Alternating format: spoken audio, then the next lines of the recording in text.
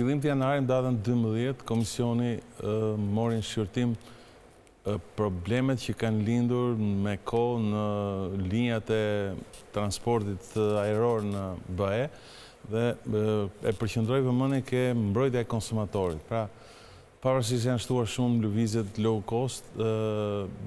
konsumatori nuk është aq i mbrojtur, pati tendenca për të rritur komisionin e përfitimit në rast se qëndron më shumë se 3 orë, mbi 300 deri në 600, por në fund komisioni me 38 vota pro dhe 2 abstenime mori vendim që pagesa do të jetë në rast se vonohesh më shumë se 3 orë, 300 deri në 600 euro. Dhe më e rëndësishme është që procedurat për të përfituar këtë nuk do të jenë më aq të gjata dhe ndoshta nuk do kesh nevojë të kalosh nëpërmjet agjencive specializuara, të cilat për të vërtetën marrin një kosto